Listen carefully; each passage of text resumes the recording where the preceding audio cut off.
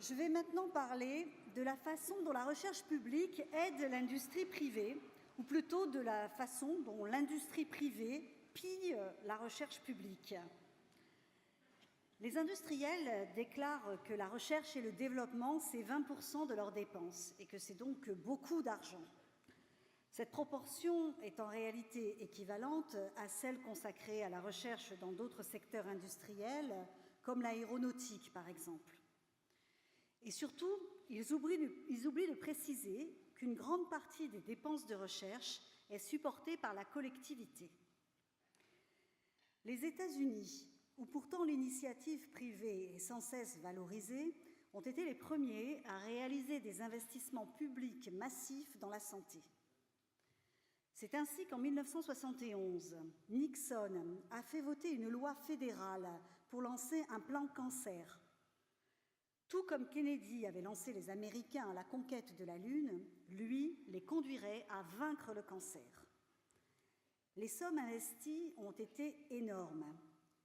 L'Institut américain du cancer a reçu en 1971 un premier budget de 9 milliards de dollars en valeur actuelle. Pendant près de 50 ans, cet institut a bénéficié chaque année de 15 à 20% des sommes que l'État américain consacre au financement de la recherche publique en santé. Les résultats des recherches menées grâce à ces immenses financements ont permis d'importantes avancées scientifiques et thérapeutiques et de faire reculer la mortalité par cancer, même si évidemment il n'est pas vaincu. En matière médicale, même pour un président des États-Unis, il ne suffit pas de vouloir pour pouvoir. Partout, les pouvoirs publics sont les seuls à financer la recherche fondamentale, celle qui permet l'acquisition de nouvelles connaissances ouvertes à tous. Les industriels viennent ensuite y puiser les résultats dont ils ont besoin pour effectuer la toute dernière partie du parcours, celle qui est orientée vers le développement d'un produit et d'un profit. L'exemple des traitements dits biotechnologiques, qui représentent aujourd'hui plus de 50% des nouveaux produits mis sur le marché, à des prix exorbitants, on l'a vu, est de ce point de vue tout à fait parlant. Ces médicaments n'auraient jamais vu le jour sans toutes les découvertes sur l'ADN, l'acide désoxyribonucléique, récompensé par de nombreux prix Nobel et distribué à des chercheurs du public depuis 3/4 de siècle. La structure de l'ADN a été identifiée dans les années 1950, le fonctionnement des gènes dans la décennie suivante. La manipulation des virus et des cellules date des années 1980. Le déchiffrage entier du génome humain a été réalisé 10 ans plus tard. Puis sont apparues les cellules souches, les ciseaux à ADN et une constellation d'autres découvertes qui font la une des journaux plusieurs fois par an. Absolument aucun de ces travaux de recherche fondamentale n'a été financé par l'industrie pharmaceutique. Ce qui ne l'empêche pas d'utiliser aujourd'hui ces technologies dans des produits qu'elle vend très cher, tels les nouveaux traitements d'immunothérapie cellulaire anticancéreuse, la thérapie génique et bien d'autres encore. Ce que l'on appelle la communauté scientifique n'est certes pas exempte de petits intérêts mesquins et de compétition, mais l'objectif de l'activité de recherche publique est l'acquisition de nouvelles connaissances ouvertes à tous et partagées avec l'ensemble des chercheurs au travers de publications scientifiques. Par exemple, les résultats du déchiffrage du génome humain n'ont jamais été brevetés. Ce déchiffrage a été réalisé grâce à un effort international qui a coûté 3 milliards de dollars de fonds publics sur une période de près de 10 ans. Son résultat a été la constitution d'immenses bases de données permettant à tout scientifique de connaître gratuitement la séquence d'ADN précise d'un gène. Pas un biologiste, qu'il appartienne au public ou au privé, ne peut aujourd'hui travailler sans se référer à ces données et à toutes celles recueillies depuis grâce à cette base de départ. Les industriels qui en font leur beurre aujourd'hui s'approprient les bénéfices d'un effort collectif auquel ils n'ont tout simplement jamais contribué. Cela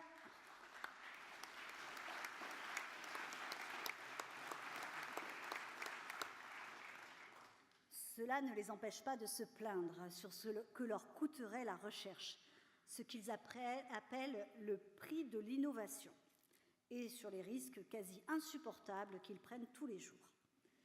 C'est de bonne guerre pour réclamer de nouvelles aides aux pouvoirs publics et des prix élevés pour leurs médicaments. Mais en réalité, même ce risque n'est plus supporté par les grandes entreprises qui l'ont largement externalisé. Depuis 20 ou 30 ans, elles ont réduit leur budget et fermé et vendu bon nombre de leurs centres de recherche, notamment en Europe et aux États-Unis. Ainsi, en 2009, Sanofi a engagé un plan de restructuration qui a conduit à stopper 40% des programmes de recherche en cours. D'autres plans ont suivi en 2012, 2014, 2017, avec à chaque fois de nouvelles suppressions d'emplois. Aujourd'hui, le centre de recherche de Montpellier, dont certains locaux flambant neufs n'ont jamais été utilisés, est fermé. Celui de Toulouse a été vendu et celui de Lyon est en passe de l'être. Les industriels de la pharmacie n'ont pourtant pas l'intention de tuer leurs poules aux œufs d'or en renonçant à mettre sur le marché de nouveaux médicaments. Ils ont juste décidé de faire nourrir les poules par d'autres qui prennent les risques et ensuite de récupérer les œufs. Et ce qu'ils nomment une externalisation de la recherche et développement s'appuie sur une myriade de petites entreprises de biotechnologie, on les appelle les biotech. Les premières sont apparues dans les années 1980 et elles sont aujourd'hui des dizaines de milliers à l'échelle mondiale. Chacune de ces biotech a été créée à l'origine autour d'un scientifique et d'une de ses découvertes. Des investisseurs, sentant qu'il pourrait y avoir là une bonne affaire, lui ont apporté quelques fonds qui lui ont permis de mettre en place une petite équipe et un laboratoire. Ces financiers, on les appelle des capitaux risqueurs, pour bien indiquer qu'ils font un pari et qu'ils ne sont pas là pour financer l'entreprise dans la durée. Et de fait, ils investissent uniquement si le chercheur les convainc qu'il obtiendra dans un temps très court des résultats vendables sous la forme de brevets. Dans la grande majorité des cas, puisque c'est très risqué, ça rate et la biotech disparaît. Mais les capitaux risqueurs s'en moquent parce qu'ils jouent en même temps sur un grand nombre de ces biotech. Ils misent sur une réussite de 1 sur 10 en escomptant revendre la pépite, c'est le terme consacré, entre 15 et 30 fois l'investissement. Ce qui arrive aux 9 équipes sur 10 qui restent sur le carreau n'est évidemment pas leur problème. La biotech la plus chanceuse peut tenter de se développer en recourant à la bourse. Le fameux Nasdaq, cette bourse des entreprises de technologie à New York, draine ainsi vers le financement des biotech les économies de millions de petits et grands bourgeois. Ils spéculent sur des entreprises qui n'ont en général rien produit d'autre que des résultats scientifiques et des brevets, bref, du rêve. La fin de l'aventure se situe au moment où des malades reçoivent le médicament lors d'un essai clinique. Si c'est un échec, la biotech que la bourse valorisait la veille à plusieurs centaines de millions de dollars peut disparaître en une nuit. Si c'est un succès, elle peut tout à coup décupler la mise et valoir quelques milliards. À ce moment-là seulement, une fois l'essentiel des risques pris, il n'y a plus qu'à ramasser les fruits presque mûrs. Une grosse entreprise pharmaceutique peut alors racheter la biotech prometteuse. Et encore une fois, pour parler de Sanofi, en 2011, Sanofi a racheté une biotech américaine, Genzyme, pour 16,5 milliards d'euros. Et l'an dernier, en 2018, Sanofi s'est déjà payé 2 biotech très spécialisées pour un total de près de 14 milliards d'euros.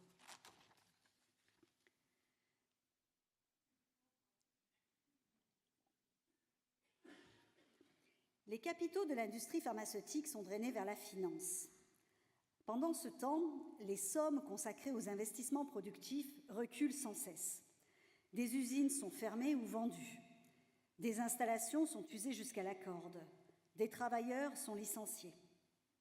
Pour en revenir toujours à Sanofi, en l'espace de 10 ans, entre 2008 et aujourd'hui, Sanofi a supprimé 5000 postes en France et a fermé ou s'est débarrassé de 15 entreprises.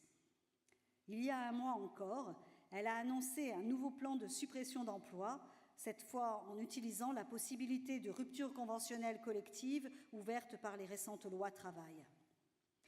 D'ici 2020, 670 travailleurs des fonctions support, informatique, ressources humaines vont perdre leur emploi. Et tous les grands groupes ont procédé et continuent de procéder de la même façon.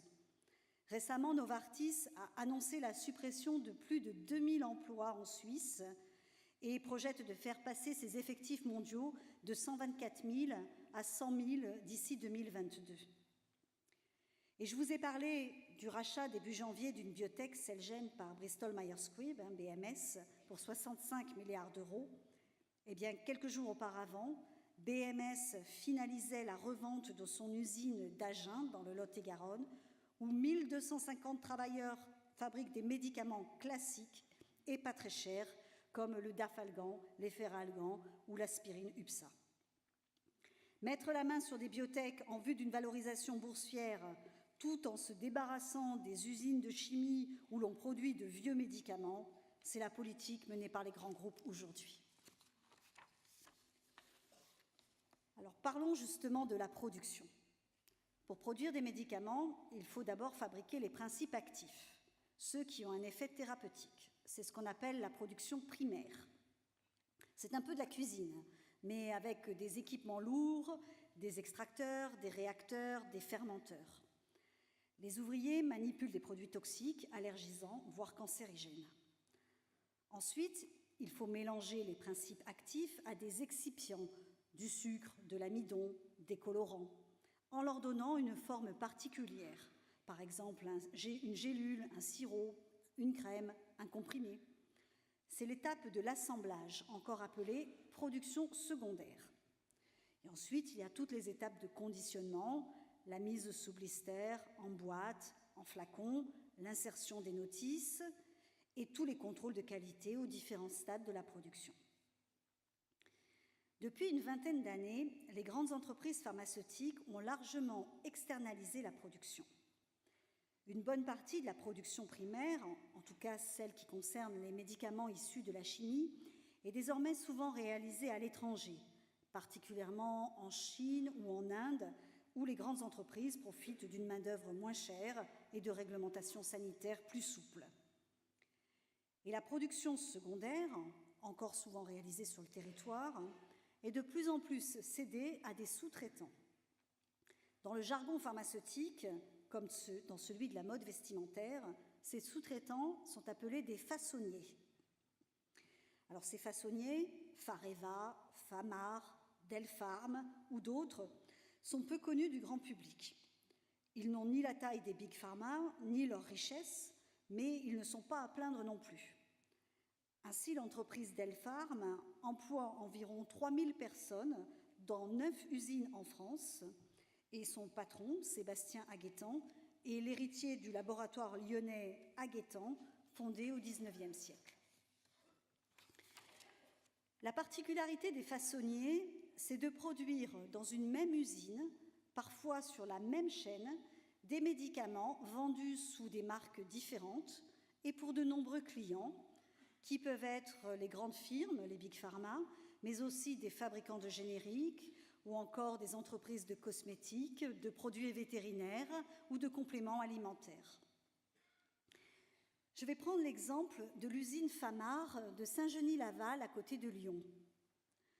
On y produit différents médicaments, comme l'Advil, un anti-inflammatoire commercialisé par Pfizer, ou le Roken, un antibiotique vendu par Sanofi.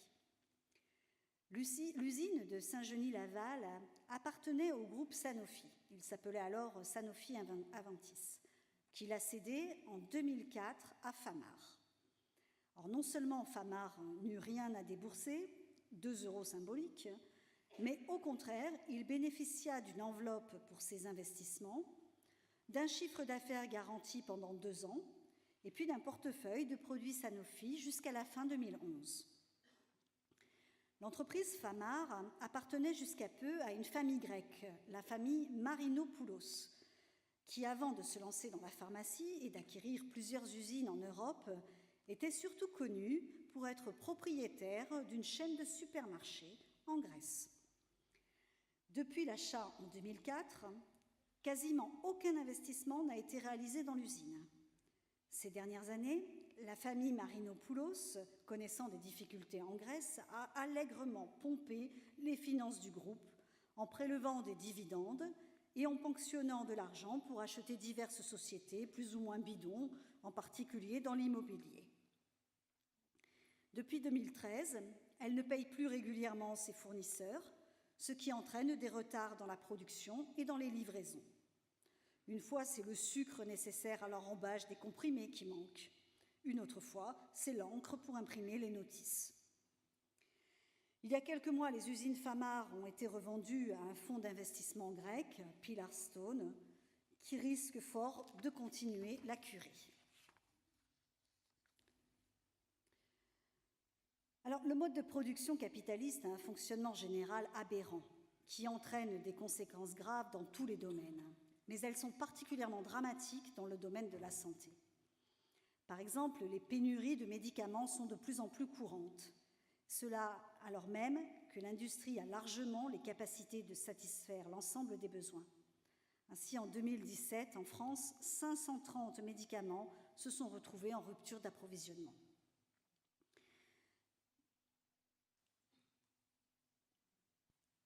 Ces pénuries ont différentes causes.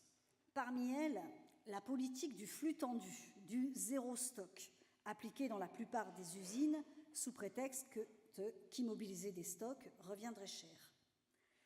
Mais il y a aussi l'organisation, je devrais plutôt dire la désorganisation mondiale de la production.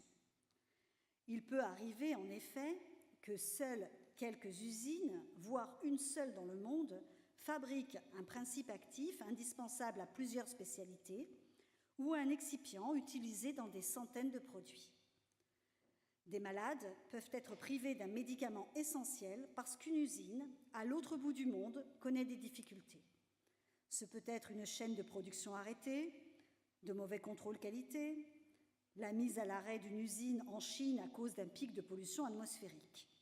Ou, plus prosaïquement, un patron qui arrête de produire une molécule ancienne et ne rapportant pas assez. Et je ne parle pas là d'un patron chinois. La plupart des ruptures de stock concernent en effet des médicaments anciens ou des vaccins très classiques et bon marché. Ainsi, depuis quelques mois, 45 000 malades du Parkinson, traités par un vieux médicament peu onéreux, le Sinemet, ne peuvent plus obtenir leur traitement. D'après les dires du laboratoire Merck, qui commercialise ce produit, le sous-traitant américain fabriquant le principe actif aurait des problèmes pour remettre aux normes sa chaîne de production. Et les difficultés devraient au moins durer jusqu'en mars prochain. Les malades traités depuis des années se voient donc obligés aujourd'hui de modifier leur traitement avec tous les risques que cela comporte. Pourtant, un minimum d'anticipation et de planification aurait été possible. On connaît exactement le nombre de malades utilisant ce traitement. On sait exactement combien de doses il faut produire pour répondre à la demande mondiale. Les problèmes d'approvisionnement auraient pu être résolus en exigeant de Merck ou d'un autre laboratoire qu'il s'engage à produire les quantités adéquates. Mais à ce niveau-là, bien sûr, l'État se garde bien d'intervenir. Pour éviter les pénuries, pour organiser la production de médicaments et de vaccins qui ont souvent une durée de péremption courte, pour évaluer les stocks, pour répondre aux besoins des malades, la nécessité d'une planification saute aux yeux. Mais dans cette économie de la concurrence, même ce minimum de planification paraît impossible, car il se heurte à la sacro-sainte liberté d'entreprendre.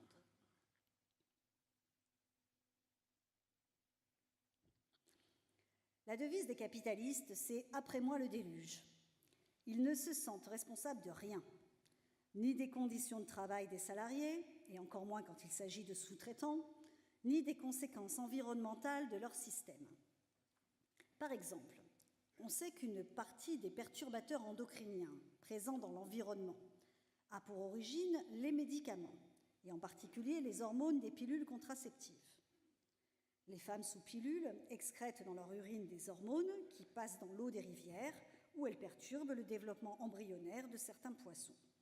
Ensuite, faute de stations d'épuration suffisamment performantes, on retrouve ces produits dans l'eau du robinet.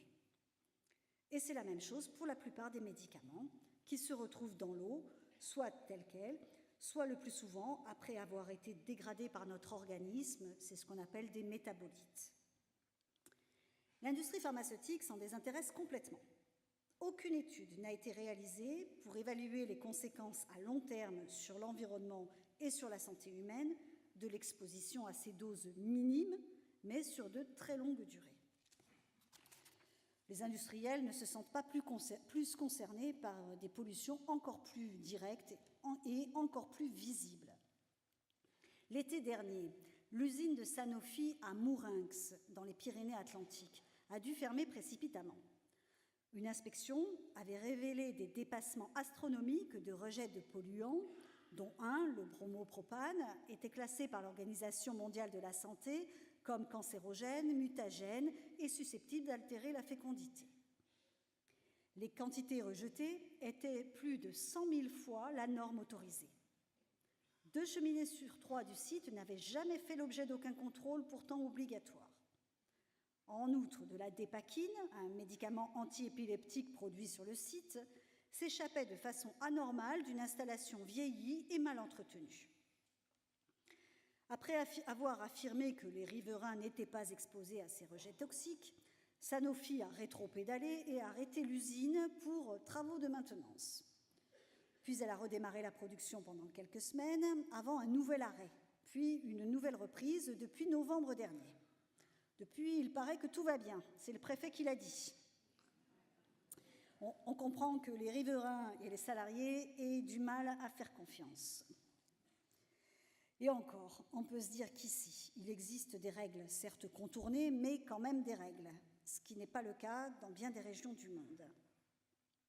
Un reportage du journal Le Monde décrivait en décembre dernier la pollution aux antibiotiques autour d'une ville du sud de l'Inde, Hyderabad, c'est son nom, où se sont installées des dizaines d'entreprises de production de médicaments.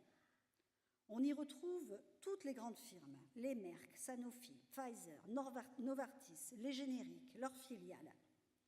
Les concentrations en antibiotiques mesurées dans les rivières, les lacs ou les puits de la région sont de 100 000 à 1 million de fois supérieures de ce qui peut être mesuré dans les eaux usées européennes.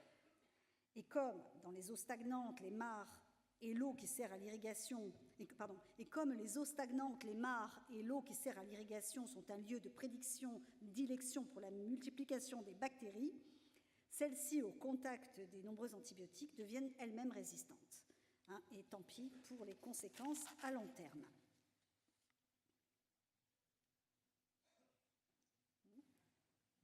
Alors évidemment, le but des industriels de la pharmacie n'est pas de nous empoisonner. Un médicament qui guérit, qui est efficace, c'est beaucoup mieux pour tout le monde, y compris pour leurs profits. Mais justement, ce sont leurs profits avant tout. Et cela ne peut qu'aboutir à des situations où le système dérape et où un nouveau scandale sanitaire éclate. Il me serait impossible de vous donner la liste de toutes les affaires qui ont éclaboussé l'industrie pharmaceutique. Je vais tout de même citer l'affaire du Distilbène, un médicament prescrit dans les années 70 à des femmes enceintes et qui a été responsable de malformations génitales transmises parfois sur plusieurs générations. Il y a eu l'affaire du sang contaminé en 1985, le scandale du Mediator en 2009, celui de la dépakine en 2016. Les effets nocifs de ce médicament sur le développement neurologique du fœtus étaient connus depuis 1986, mais il a fallu attendre 2006, 20 ans, pour que les risques soient clairement notifiés. Je pourrais aussi parler du lévothyrox, dont la formule a été soudainement changée par le fabricant, ou encore des overdoses aux opiacés prescrits à des millions de patients américains à grand renfort de publicité et en minimisant les doses d'accoutumance. Et tout récemment, il y a eu le scandale des dispositifs médicaux implantables qui, parce qu'ils ne sont pas considérés comme des médicaments, ne sont pas contrôlés par les agences officielles, mais par des organismes certificateurs choisis par le fabricant lui-même. Et la liste est loin d'être exhaustive. Je vais revenir sur le scandale du Mediator, parce qu'il est particulièrement révélateur des complicités nouées à tous les niveaux par un laboratoire, le laboratoire Servier, certes de second ordre au plan mondial, mais bien implanté en France et disposant de sérieux appuis politiques. Au départ, en 1976, le Mediator avait été mis sur le marché comme antidiabétique. Avec le temps, il s'est révélé être un piètre antidiabétique, mais un coupe-faim très efficace. Il a donc été prescrit un peu à des diabétiques, mais beaucoup à des personnes voulant perdre du poids, un marché beaucoup plus vaste. En 1997, un autre produit de Servier de la même famille chimique que le Mediator, la famille des amphétamines, a été retiré du marché pour ses graves effets sur le cœur. Mais pas le Mediator, qui a pris le relais du médicament interdit, et ce, pendant 12 ans. Pendant tout ce temps, des médecins ont mis en garde contre l'utilisation du Mediator, averti de l'éventualité d'effets secondaires graves, demandé des compléments d'études. Rien n'y a fait. Le Mediator a continué à être fabriqué, à être prescrit et à être vendu. On estime qu'il a été responsable en France de près de 2000 décès. Dans le film « La fille de Brest », qui raconte le combat de la pneumologue Irène Frachon, on voit quelle détermination lui a été nécessaire pour résister aux pressions de Servier et à ses menaces. Chapeau bas, elle a tenu bon, et enfin en 2009, le Mediator a été interdit.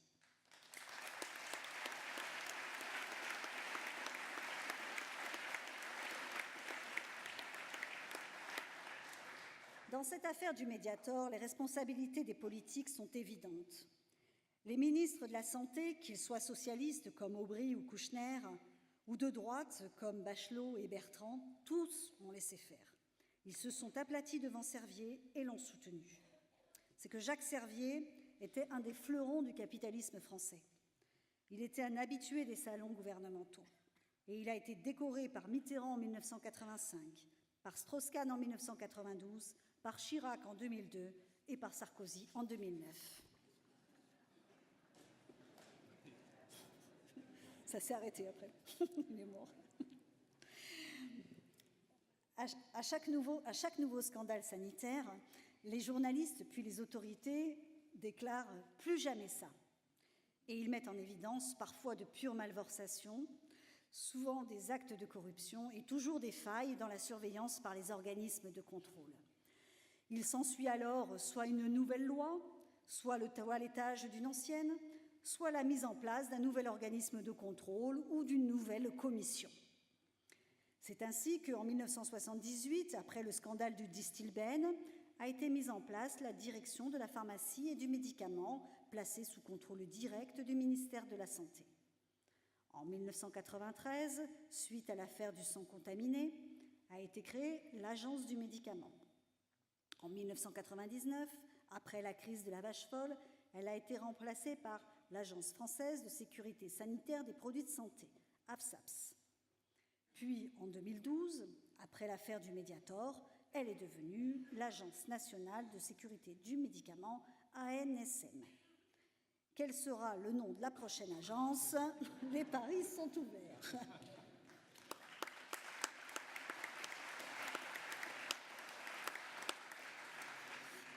En réalité, il est bien difficile pour ces organismes, quel que soit leur nom, d'exercer un réel contrôle et d'empêcher les industriels à la recherche d'un profit rapide de prendre des risques avec notre santé. L'ANSM dispose de moins de 1000 salariés qui ont bien d'autres missions que le contrôle des médicaments.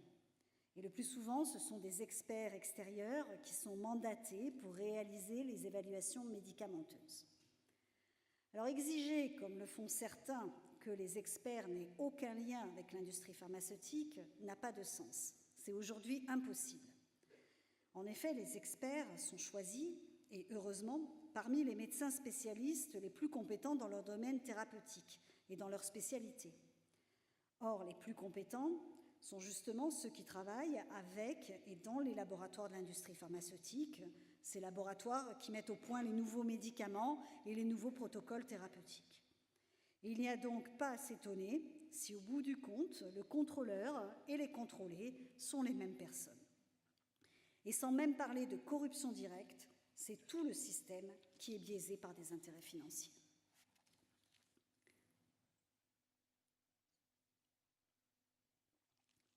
Avant de conclure, il faut d'abord insister sur le fait que la fabrication des médicaments, des vaccins, des produits de santé a représenté et représente toujours un progrès fantastique.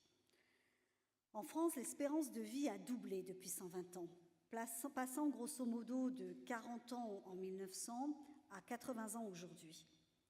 Le taux de mortalité infantile, c'est-à-dire le nombre d'enfants n'atteignant pas l'âge de 1 an, est passé de 15% en 1900 à 5% en 1950 et à 0,35% aujourd'hui.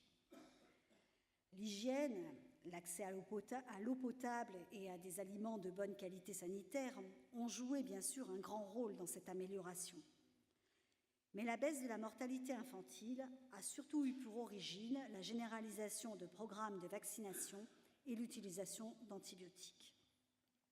Et si l'on peut vivre aujourd'hui jusqu'à 80, 90 ans, voire 100 ans, cela évidemment à condition de ne pas être pauvre, usé par le travail ou les conditions de vie difficiles, eh bien c'est en grande partie grâce au progrès des traitements médicaux et chirurgicaux. Pourtant, depuis ces dernières années, une partie de l'opinion publique, écœurée, choquée par les scandales à répétition et par la complaisance ou la complicité des autorités sanitaires, en arrive à remettre en cause l'utilité de certains médicaments, et tout particulièrement des vaccins. Et ce n'est pas le moindre des dégâts du capitalisme que d'engendrer ainsi des idées profondément réactionnaires au plein sens du terme, c'est-à-dire au sens de retour vers le passé. Et même quand elles se présentent comme une critique vis-à-vis du capitalisme, ces idées ne sont pas les nôtres. Alors, remarquons que tous les médicaments fabriqués par l'industrie ne sont pas logés à la même enseigne. Par exemple, il est rare d'entendre des critiques à propos des chimiothérapies anticancéreuses, qui pourtant entraînent des effets secondaires particulièrement lourds et pénibles. Mais l'utilité de ces traitements et le prix à payer pour une éventuelle guérison sont majoritairement admis. En revanche, les accusations à l'encontre des vaccins sont plus fréquentes. C'est probablement en partie parce que dans nos pays riches, on a oublié la mortalité liée aux maladies infectieuses. On ne se souvient pas de ce qu'était une société sans vaccins et sans antibiotiques, quand les enfants mouraient en bas âge et quand pour les femmes, chaque grossesse et chaque accouchement pouvaient être mortels. Mais si on ne s'en souvient pas, c'est justement parce que la vaccination a fait que ces maladies ne sont plus visibles. Avant la généralisation du vaccin contre le tétanos, cette infection était responsable de 1000 morts par an en France. Quand le vaccin contre la diphtérie n'existait pas, cette maladie touchait chaque année 40 000 enfants, dont une bonne partie mouraient. On sait que si on arrête les vaccinations, les microbes, qui eux n'ont pas cessé de circuler, causeront à nouveau des maladies mortelles. Alors bien évidemment que les laboratoires pharmaceutiques s'enrichissent en produisant de nouveaux vaccins et de nouveaux médicaments dont l'intérêt peut parfois être contesté. Dans notre société, toutes les marchandises, qu'elles soient utiles ou pas, et pour la plupart bien moins utiles que les médicaments, enrichissent les capitalistes. Certains disent qu'il faudrait que les médicaments ne soient plus de simples marchandises, mais cela, justement, c'est impossible dans cette société.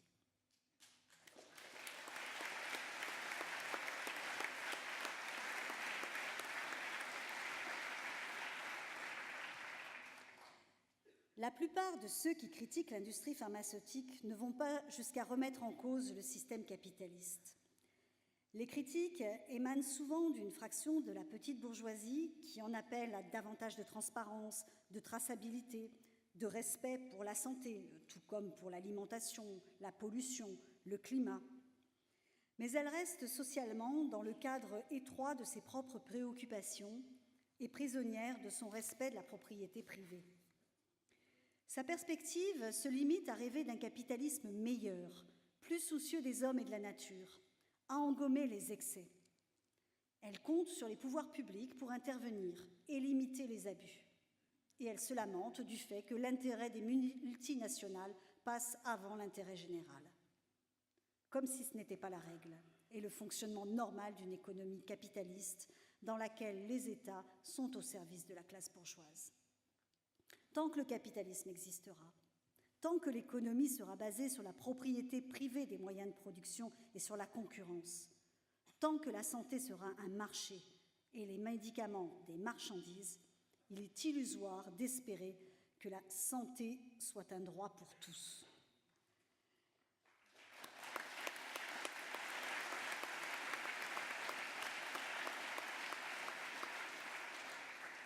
Le fonctionnement de l'industrie pharmaceutique, indépendamment des scandales qui la secouent périodiquement, est d'autant plus révoltant qu'on touche ici à la santé, c'est-à-dire finalement à la vie. L'industrie du médicament est peut-être l'exemple le plus frappant de ce que le capitalisme coûte à l'humanité et du frein qu'il oppose au progrès. On laisse mourir, en toute connaissance de cause, des dizaines de millions d'êtres humains, faute d'un accès aux médicaments qui leur permettraient de vivre. Pourtant, dès à présent, on pourrait répondre aux besoins en traitement de l'ensemble de l'humanité.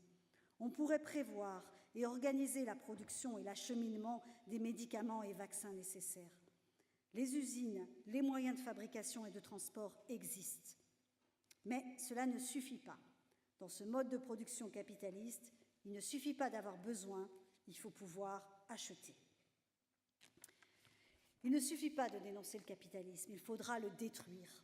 Il faudra abolir la propriété privée. Il faudra mettre à bas le secret commercial. Il faudra faire cesser la concurrence. Comme le font aujourd'hui les équipes de recherche fondamentale du secteur public, il faudra mettre en commun toutes les connaissances, rendre publics tous les processus de fabrication, les comparer, partager chaque progrès, chaque découverte, chaque avancée, au lieu de les cacher, de les opposer. Il faudra produire en fonction des besoins, en fonction des nécessités de prévention et de traitement de toute la population humaine. Alors seulement, chaque être humain aura la possibilité de bénéficier de ce que la science et de la médecine produisent de meilleur.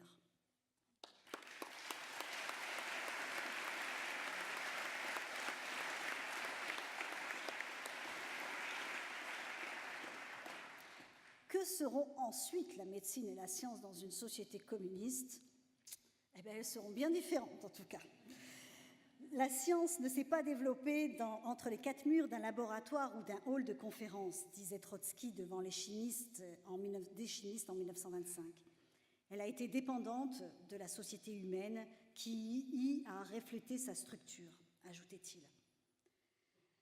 À l'époque où elle était révolutionnaire, la bourgeoisie a été capable non seulement de bouleverser les modes de production, mais aussi de révolutionner la pensée et d'acquérir des modes de raisonnement impensables dans les sociétés antiques ou féodales. Alors soyons persuadés que dans une société communiste, libérée de tous les obstacles engendrés par la propriété privée et la concurrence, les possibilités gigantesques de la pensée humaine ouvriront à l'humanité des champs de connaissances insoupçonnés et permettront des progrès inimaginables.